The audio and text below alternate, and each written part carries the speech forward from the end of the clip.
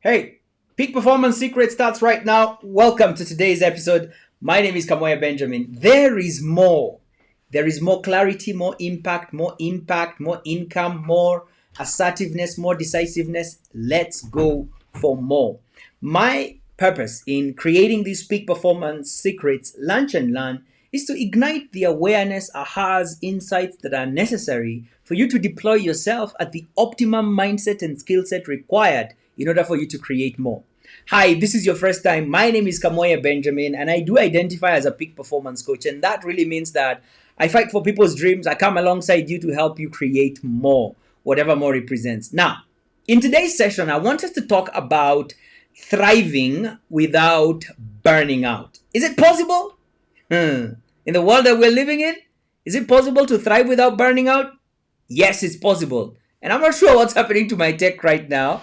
It's not burning out, but it's just being a bit lazy. So I'm going to do something to boot up and bring it up onto the screen because I have a presentation. Yes, there it is. Finally, it's woken up. The conversation is, how do you thrive without burning out? For a long time, the model, the picture that we've heard is that success should be at all costs. Like, I've got to do everything in order to get success, in order to get ahead, in order to thrive. I have a different message. There is more.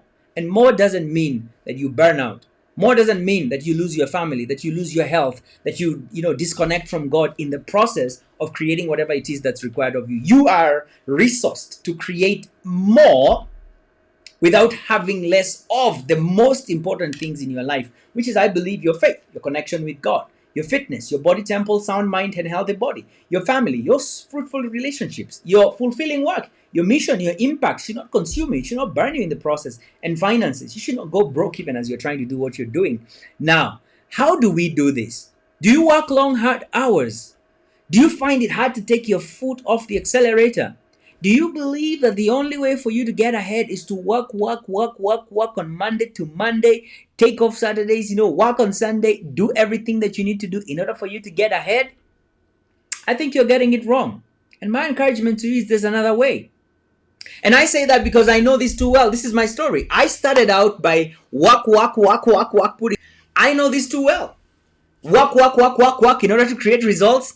There's another way to do it. And I want to share with you, even from my own story, that success should not be at all costs. There is a life where you can thrive without burning out. There's a way. There's a way to thrive without burning out. But before we dive in, I talk about thriving from these three angles. I talk about thriving as a mindset, thriving as methods, and thriving as motivations. That's really kind of peak performance summarized. What are the mindsets for thriving? What is the mindset for creating more? What is the mindset for peak performance? It's there. There are principles that anchor. The second one is, what is the method for thriving? How do you go about the game of thriving? The activities involved, the strategies, the practices. How do you do that? I talk about that as well. And also the motivations, the why.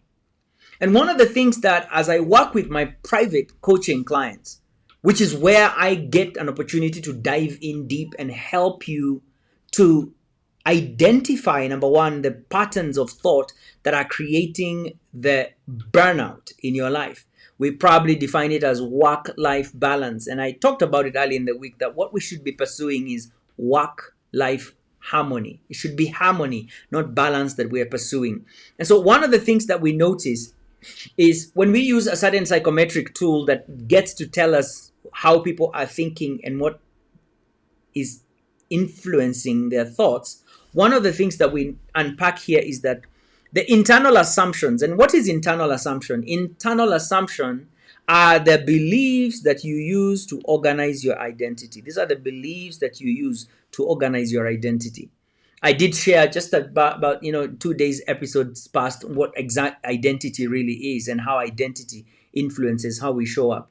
And so if you believe that the only way to stay safe is by taking charge, then you will burn out. You will behave in ways that cause you to burn out. If you have a belief that only the strong survive and you will be one of them, look at this. You exert yourself. You feel like stopping To rest means that somebody's going to get ahead of you, and if you don't become the fastest and the strongest, you will not survive. If you believe that you need to triumph over others in order to feel good about yourself, there's a clue right there as to why you're burning out. If you believe that anything less than perfect is not okay, that's going to cause you to burn out. I believe this. I was brought up in a family where when I washed dishes at home with my brother, my mom would come back into the kitchen and she'd be like, no, it's not good enough. It's not perfect enough. The finishing. And she said those words so many times that my belief is that anything less than perfect is not okay. And so I overexert myself, even on things that don't really require that kind of exertion. If you believe that you're a valuable person, when people look up to you with admiration, you exert yourself, you put in a lot of time and effort to create results. You burn out in the process. If you believe that the world is made up of winners and losers, you're running away from something more than you are trying to create winning. You're more about, I don't want to be a loser. And how do you get to be a winner? You get to be a loser by avoiding to become a loser. And that's a play not to lose mind frame. Yes, you'll get to the head of the line, but at what cost? Being less than others is unacceptable and threatens your security. Again, is an internal assumption to look at. Is really the beliefs, the assumptions. And this one, failure of any proportion could lead to my demise. It's very interesting how when I'm having conversations with my clients, I ask them, is it true? I mean, have you failed in your life at anything? And they're like, yeah. I say, did you die? No. But you see the cunning nature of the belief, of the assumption, and how it causes you to imagine that if you fail, you're as good as dead. Sometimes when I failed and I held this belief that failure of any proportion could lead to my demise, I was surprised that I was still standing. I was surprised that I was still breathing. After the event was over and the issues that had happened, I'm surprised that I was still alive. I remember in my very first business, in your face advertising, we were doing wraps around the bus. We were printing bus advertisements and we were pasting them on buses. And I got this first client. I never had gotten a client of that size, and I didn't want to disappoint them. And we did these adverts. We used to do the printing and then would paste the advert on the buses at night. That was my first business, called In Your Face Advertising. Transit advertising is the space that I was in. And on this night, we went in with my friend. It's dark, so we couldn't really see the colors. And the client's corporate color was, a red, like a burgundy red. And because the printer had missed some settings, they printed a color that looked like pink. And we had 10 buses that were going out. And I faced the client. And I felt like, this is it. I'm dead. As I was going into that meeting, every fiber of my being was shaking. I was sweating. Me, who's very articulate, I didn't know what to say. My tongue was tied. I was embarrassed. I was just wishing, can the ground just open up and I just disappear? Have you felt that sometimes? Can the ground just open up? I don't want to be here. I don't want to face this shame, embarrassment, and even standing with myself. And I do get that. And so why do people burn out? Why do people give of their time and show up at a very high cost to create success? Hey, I asked this question at the beginning of this episode, Thrive. Go to the series and check it out. What is the cost of success? How much are you willing to pay for the success that you have or the success that you want?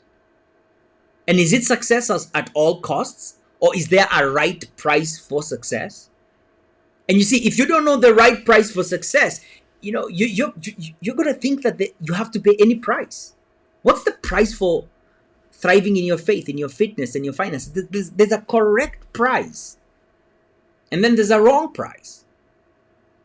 And if you're paying the wrong price, if you're burning out and success is really costing you a lot, I want you to explore that you probably are deploying your gifts to create results, what we call hand strengths, from a dimension that is limiting the effectiveness of your gift. Let's look at some of the behaviors when you have these assumptions that I've just talked about here. You compete.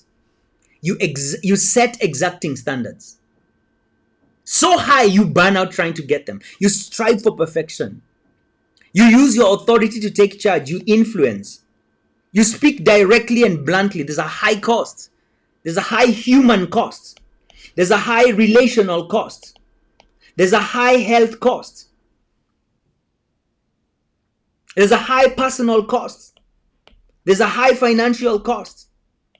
There's a high time cost. All these are resources, and you're burning out. You're burning them trying to create success. Is it success at all costs? I'm going to take you into this tool that we normally use, and I'm going to bring in you just in quickly to look at some of these things. Look at this. If you work very long, hard hours, if you're always in push mode, if you find it hard to relax or take your foot off the accelerator, this part of your mind is running you. You're not in charge. You're not in control. It's running you. You work so hard. And if you have a team, you don't have time to develop others. You're the Mr. Do It All. You do it all. You do it all. And though you can do it, the question is, you're doing it at how much? What's the cost on your time, on your time, on your health? What's the impact on the team? What's the impact on the organization? And so the first thing to do when you notice that you're burning out, that's a sign that you're doing something wrong. It may have been popularized in the market that it's okay to go to work at 3 a.m., that it's okay to have your laptop by your bedside. It's been popularized in the market that you need to go and sleep at 12. Bosses, team leaders are modeling this idea of perfection that you've got to be the last one to leave the room.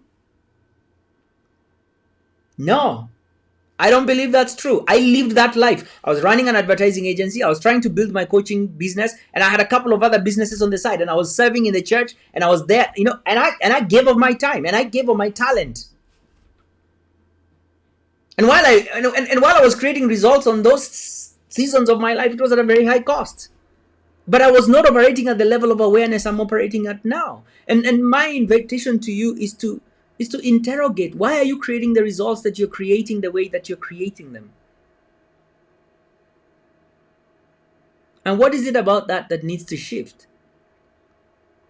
If you're having a problem, and that problem is burning out, it's burning your health, it's burning your family, it's burning your relationships, it's burning your communication and relationship with God, or you just wake up and think of work and go to sleep and we think of work and you dream of work and you wake up and do work, whatever it is that you're chasing, that's not thriving.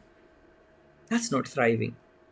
And I have a picture of something different, and I want to share it with you. And for those of you who are just coming in, I would like to encourage you, engage with me, and let me introduce you to this tool that measures how you're showing up. And if you're burning out, it's probably because you're deploying your strengths from what we call the reactive tendencies. The reactive tendencies are strengths, yes, great skills and competencies, but they're deployed in a structure.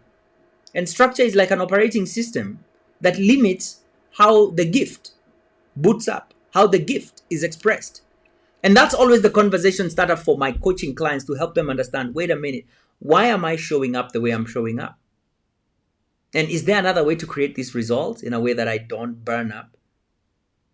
There is more clarity. There is more clarity. Gain the clarity of how you're thinking and how your thought patterns are creating your results. There's more freedom. There's more results.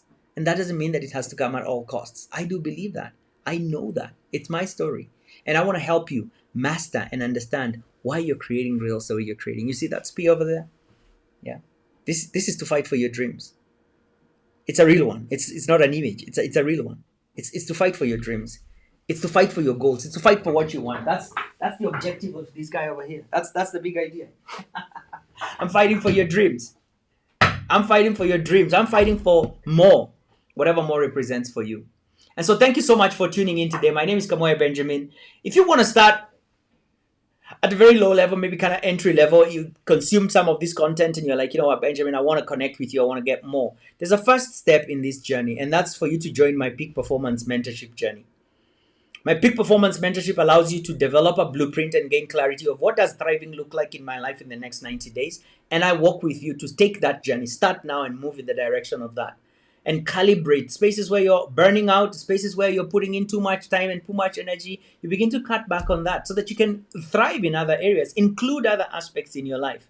And if you want to start there, please jump onto catalyst.ke. That's one of my websites. The content is there. And click hold my spot. I'm going to give you the instructions for how to work with me one-on-one to create more, whatever more represents. Some of you may say, Benjamin, I want to work with you one-on-one. This is more like the first class experience, and it's private coaching. Myself and my business partner, Rosie, we get on a call with you. That's 2 coaches on 1. And we really design a session to ignite the awareness required for you to accelerate the creation of extraordinary results in life and business. Thriving means thriving in all the dimensions of life, not just one, but all of them. And anything that you have up until right now as a result is not an indication of your potential. Rather, it's an indication of your current level of awareness and how that level of awareness can be shifted. It can be changed so that you get different results. Fighting for your dreams, please drop a comment in the chat. Let me know what you picked up from today's session. Success is not at all costs. You can thrive without burning out. It's a story of my life. And I want to help you to make that possible in your life as well. Thank you for now. See you next week as we're talking about a different topic altogether. This is the 6th of October, Friday at 1:21 p.m. in Nairobi. Thank you so much for connecting. Blessings, be well, and bye for now.